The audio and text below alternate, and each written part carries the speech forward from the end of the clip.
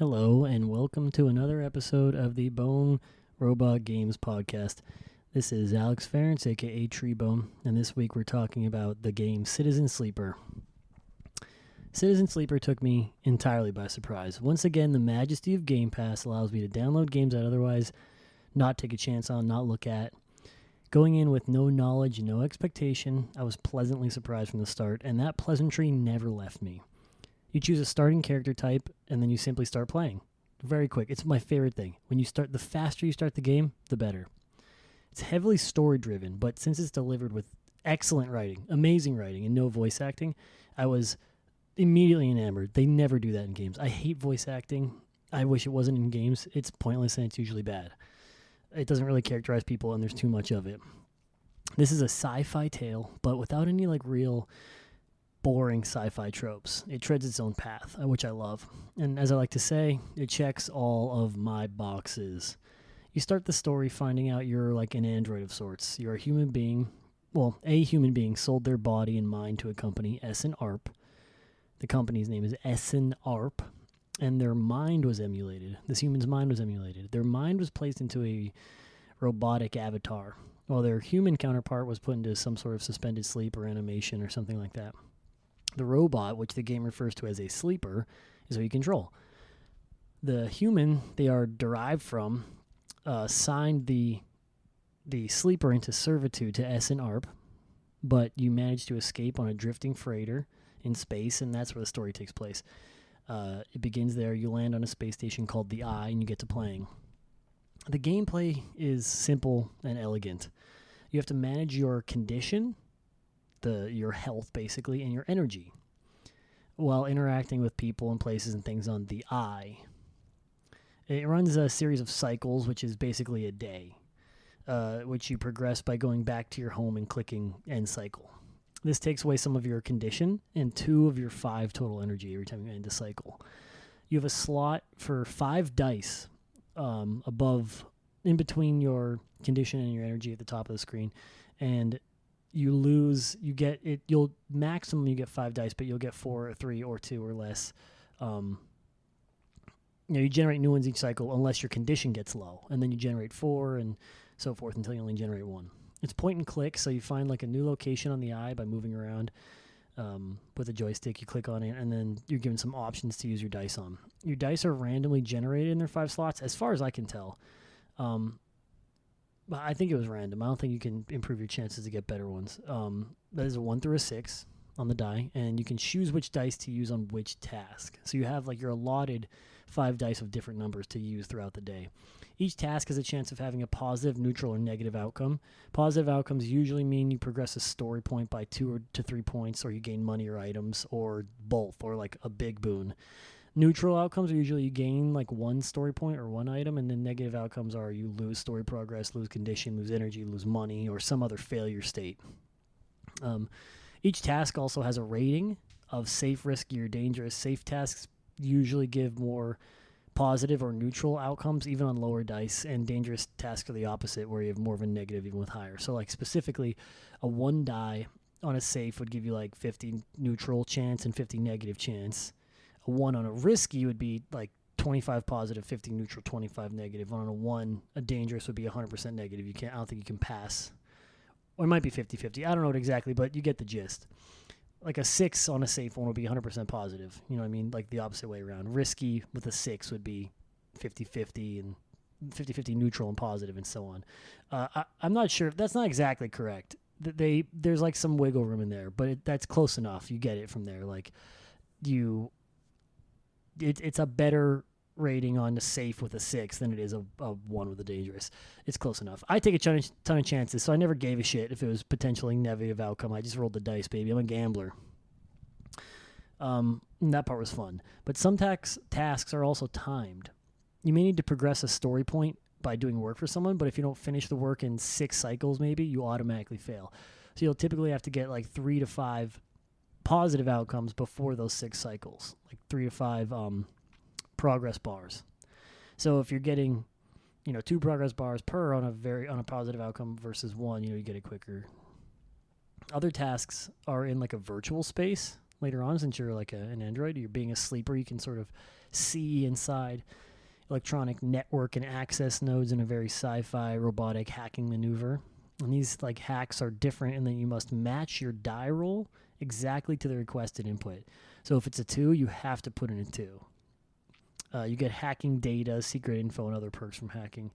And that's like a really interesting thing because I would have days where I felt like I could maximize my efficiency. If I had a 6, a 1, and a 3, I would use a 6 on something I needed to get that was pertinent and urgent, and a 3 on something like in the middle, obviously middling, that I didn't care if I particularly made a lot of progress, and also losing wouldn't mean too much. And then a 1 I would put in on a hack to get data I needed or something to progress a story. So in the start of the game, it's very difficult. Many tasks are timed or hard to complete, and you're also losing your condition and energy. You don't know how to get them back. You don't have a lot of money. Energy can be replenished with by buying certain things and like eating them, but you have to pay for that at the eatery. But then you have to spend dice rolls to get money. So if you spend 2 dice rolls to get money and you say you miss both of them, then your whole day is wasted. You lose money, you lose energy, you lose condition, and you can't increase any of those because you lost all your dice. So you couldn't make progress on other things. So that's like tough in the beginning. Condition can only initially be replenished with a special syringe of like sleeper fluid. I can't remember what it's called. It's like story based why you can't get it, and it makes a lot of sense and why it's hard to acquire. And then like later on, there's other ways to do it, but in the beginning it's tough because it's the only way, and your condition's like just dwindling over time. And then if your condition goes down, you get less dice, and it really can compound early on and make it difficult. But either way, I feel like it mitigates the frustrating feel of an actual dice roll while letting you also try and balance your outcomes. If you have a 1, a 3, and a 6, like I said before, you spread them out. Use the 6 on a dangerous task that has a cycle check. Use the 1 to match the hack node, and the 3 to take a chance on whatever. If you fail, you sometimes fail like on a big roll and succeed on a low roll, but you feel like you have power because you could use your pre-rolled dice on the options you want. So many games have the dice roll live, so you need a 6, and then you get a 1, and it feels like completely random chance bullshit that you hate, right? You're like, oh, I can succeed here. So it doesn't feel like you're actually playing a game, right? It doesn't feel like it's in your hands. You have when you drop a dice on the table and you go, oh, I needed a 6 and I didn't get it. It just doesn't feel good. But if you have a 6, you can say, well, I still only have a 50% chance of getting this, but I'd rather take that than a 1 and 6, right? Or if I have a 6, I know I can get a positive on a different outcome. You know, you can sort of mitigate it and take chances how you want, and it feels so good because it still has the dice roll like daily where you roll them and you can spend them how you want. It's such a great choice. I love it. I had a blast with the system. It felt tactical. When I was taking a chance, I knew that exact percent. I was fine making that decision. So it doesn't feel punishing. It's such a smooth gameplay experience. I loved it. You know, for such a simple and uninvolved gameplay loop, it had me hooked instantly, completely. It was super fun making these choices across the eye, mostly in part to the story being intrinsically connected to the choices you were making, but I felt super efficient. I would choose what I wanted to do. I was like, it felt really good to make these choices. A lot of games, it has like a straight up black and white choice, and this entire game was gray area. Nothing's cut and dry. It's not, you can't very easily tell the outcome, and you're making fun choices. So the rest of the game is like going through a choose your path, character driven story, and it absolutely fucking knocks it out of the park. It's a 2001 Barry Bonds season slugger of a story. Not because it has a super cool twist, or even like, I don't even think the main character doesn't have a name. Everyone calls him Sleeper. It's not even like groundbreaking, but the characters are interesting, they're deep, and they're fun to talk to. It's home run after home run of one-on-ones with 3-dimensional personalities and existential self-inquiries and ethereal cyber world sci-fi psych trips. The story it's so incredible. It's so much fun to do. It's so well written. From the beginning, I would like read these excerpts and these little, spaces, and I would say, I wish I wrote this. It's so good. And it made me feel so good to play a game that had phenomenal writing. There was nothing cliche about it. It was wholly unique, and I can't get over how much it moved me. And so the story has progressed through drives. The first person you meet is a guy named Dragos. He's like a salvager, and he finds you on the ship, and he gives you a place to stay. So after that, your first like drive, which is basically it's like a mission you can get, is to pay him back for helping you. And I think like he fixed you a little bit or something. The drive is that you can like visit his location on the eye, and then you can use a die on what he has 2 tasks when you visit his location. I think both feed into like the paying him back cycle. So you have, and I don't think there's like a negative time on it. Basically, if you have like a time limit, like, oh, this ends in 5 cycles, it'll have like a red thing that will fill up 1 per cycle, and then you have to fill up a yellow circle in segments and beat that. I don't think that you have, like, some of them aren't timed. This one is just, if you decide to put your dice into that, you will progress this task. So then once you do that, you are given, every time you complete like you fill a circle, you're given a new dialogue scene. It'll just instantly, when you leave that location, it puts you into a little story beat. And these story beats play out in small segments where a character drawing will pop up on the screen, and you'll read through short paragraphs of dialogue, or just like exposition, and it's occasionally with like a prompt to select a new one to progress. So like you'll get a paragraph or 2, and then you can, maybe 2 options to ask them about 2 different things they brought up, or 3 options to disagree or agree with them, with a 3rd one to sometimes just stay silent and listen. And these story beats are where the game succeeds immensely. It is so well written, so full of charm and charisma and substance. The people react realistically, as far as they can, for being like far future inhabitants of a space station interacting with an android. Like, don't think about that too deep. Like, you don't go off the rails there. They feel like real human beings. They feel like someone I would interact with. Like, most are often just trying to get by, as you are as a sleeper, and they have no direct support or malice for you in the beginning, until you like build a bond with them, or if you have bad dice rolls or dialogue choices, you end that bond forever. One of the things I like most about the game is how unpredictable it is. It goes hand in hand with what I was saying about being in a gray area. At some point, like through my choices with other characters I unlocked and dialogue options, and this is where spoilers will start here. So I will say, I'll take a quick moment. Spoilers are about to start, so if you don't want the game spoiled for you, and I suggest you do not have it spoiled for you, real quick, play the game. It's incredible. Just play. If you don't want any spoilers, play it. You will not be let down if you like story-based games. The gameplay is also really good. But okay, so through my choices with characters I unlocked and dialogue options, I unceremoniously ended my friendship with Dragos. I didn't intend to. I was working with someone else. We found out about like a ship bringing in more sleepers. I told Dragos about it, and that was it. There was like an option to tell him about it, or like an option to like coyly state it, or an option to say nothing. And I told him about it. He said he can't talk to me if I'm snooping around his business and I'm being a risk to him. Then the dialogue like abruptly ended, and his interaction choice on the map was gone. I like Dragos a lot. He saved me. It was a very like great first introduction to a character, and suddenly and without warning, he was gone for good. He had nothing against me. He was only looking out for himself. It felt entirely real. I understood him entirely, and it still saddened me. I didn't want to lose that personal connection. I wanted to learn about him because he was a complex and interesting man, and because he helped me. I squandered that. I didn't realize I could. I thought, like most games, it's extremely forgiving, but from then on, I was very cautious about who I worked with and what I said to everyone. I would often stop and I would sit and ponder out loud about what choice I wanted to make, because I felt like it could have powerful implications across the entire eye, which was like, you don't have this in games. It all comes down to the incredible writing.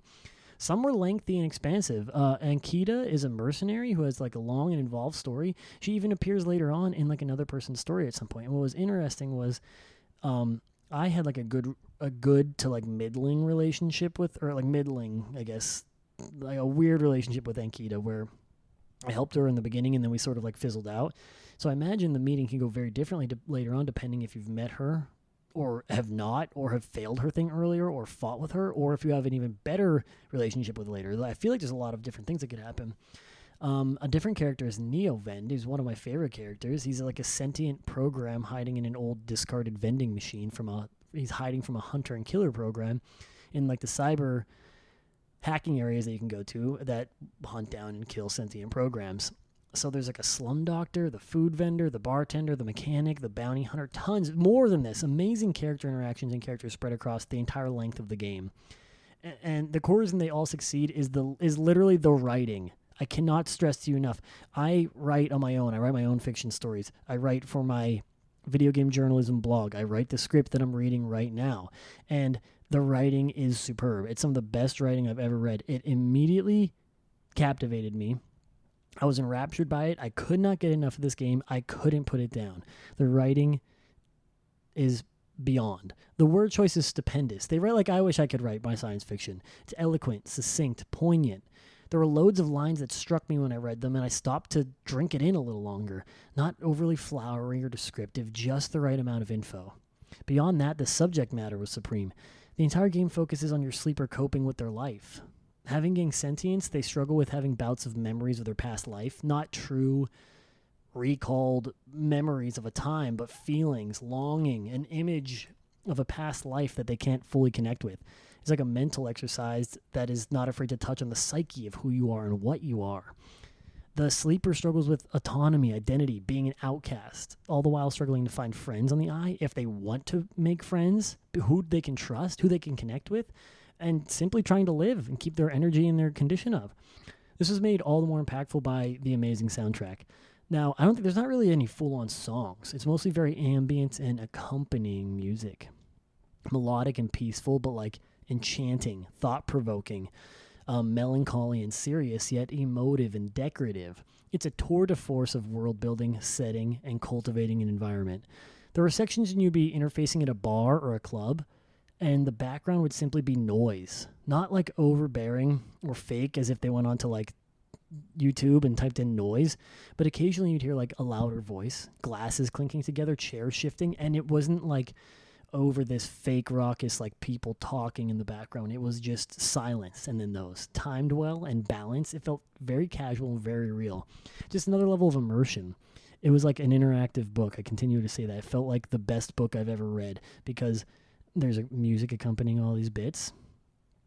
And it heightened my experience. It's like, imagine reading a book where in certain segments a piano tune just kicked in. But in this, they had these like sci-fi vibes and this like synth type of thing. And then like sporadic notes. And it was just so good. The music made it so much better. I'm a music freak. I also love music. My two loves, music and writing. And it is they are in spades in this game. I was so enamored with these characters. I don't want to talk about too many of them because I want you to experience for yourself. If you're still listening and you felt like I'd ruined some of that, I apologize, but it is worth a play no matter what. It's entirely worthwhile. There are tons of parts of the game where I found myself taken aback by an encounter. I've done this on stream. You could see me. I had to sit and think about how I want to proceed. I cared about these people, and they cared about me, and it made me believe that they did, and I felt it. I did not want to mess up again and sever a thread between me and one of them. There were huge points and impactful segments where you had to make strong choices and deal with the outcome either way. And it wasn't like, oh, if I do this, I solve it, and if I do this, I fail. You didn't know how they're going to react. And it made me feel better because, like, I cannot stress how well-written and enjoyable it was to play through. It was just so wonderful. And it wasn't ham-fisted, but, like, unexpected smart writing. Realistic dialogue, engaging characters. Even someone as simple as the food vendor, Memphis. I was excited to get through his entire segment. It had almost no bearing on the overall mission. I think you could skip talking to him entirely if you want. I don't think he has a real impact on anything else. Of this like escaping your pursuers, making a life for yourself. This is a guy who cooks food and exchanges stories with you. And what made it real, and that made it real and successful and interesting. I mean, I gained like a virtual friend, and I felt like a real life pang of sadness that was only virtual. I wanted this fun and effervescent interaction to be true and alive. He was such a great character, and I remember specifically the drive for him was like get to know him, and I was like, I can't wait to pursue this more. Excuse me, I need a drink. My most favorite story parts were like the introspection and the psychedelic experiences. Like, most people struggle with identity. Everyone does. But to be this like quasi-human sentient being with an intangible connection to your creator via Keystone was a trip.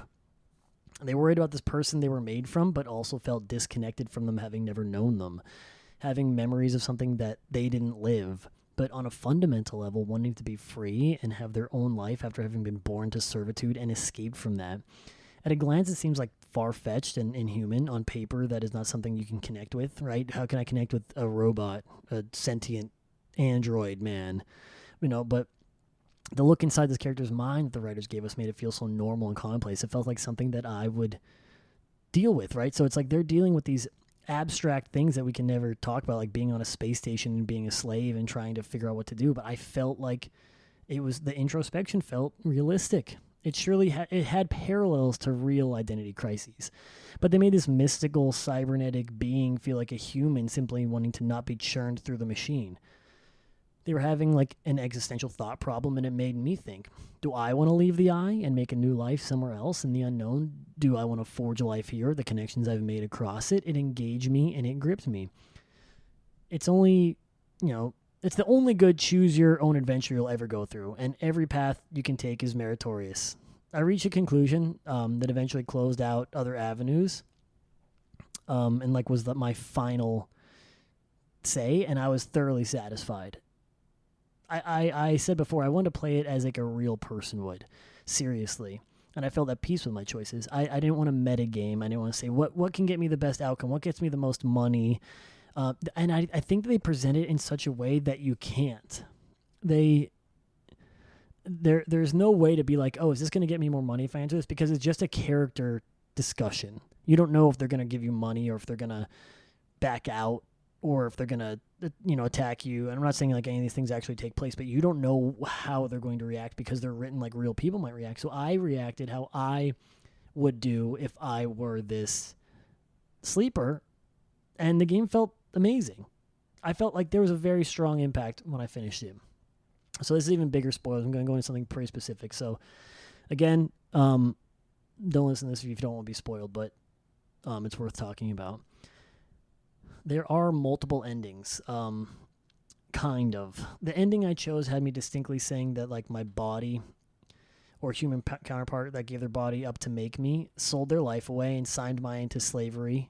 So I'm a new separate person. I can make a new separate life. But the game does a couple of really cool things. It auto-saves. So if you were to make an important decision, you make it for the duration of the game. If you make one, you can't like come back and try out the other one. There are a couple of endings that can go one way or the other. So I ended up watching like a credit scene about 3 times. So when this happens, like, there's a segment where I can do, a stay outcome or a go outcome, basically. Stay on the eye or go somewhere else. And I think if you choose go for these, that the game might end fully. But what happened for me was it might like save there. I'm not sure if you can go back and do it, but I chose to stay. So it rolled credits after that, but then it put me back on the eye immediately, and I was able to continue because I chose to stay on the eye until my final one where the game ended. And then I was able to like come back in. So once the game finally ended and I chose to leave the eye, a certain ending took place, and then the credits rolled. And then I loaded up my file again just to see what would happen, and it had me at that choice because it doesn't save after I complete the game. But there was nothing left to do on the eye. Like, everything was finished. So and something else that I really liked. I had at one point, I was only able to continue and do this because I had previously removed my sense of urgency. And this is going to sound confusing, so just strap in. There are 2 specific instances where I killed the bounty hunters after me, and then a different one where I also had my tracker removed that SNRP had placed on me. So the last 4 or 5 or so drives of the game, I had no nagging feeling in the back of my mind that I was unsafe. I had legitimately removed the conflict from the game and could go about just like completing tasks at my own pace. It was a refreshing change. No other game has done this. It was like arbitrary story beats or enemy motives of the past are gone because I had succeeded, and I was rewarded by being able to explore and make friends peacefully. It felt wholesome, real, and engaging. I'd struggled for a long time in the game, hours and hours, with fear of people chasing me or hunting me down, and my reward for the success of stopping them was not some other conflict built in for the sake of having conflict throughout the whole game and having a struggle and arbitrary difficulty, but I was giving freedom and autonomy. I've never seen this done in a game before. There was real consequences that I eliminated. It felt incredible.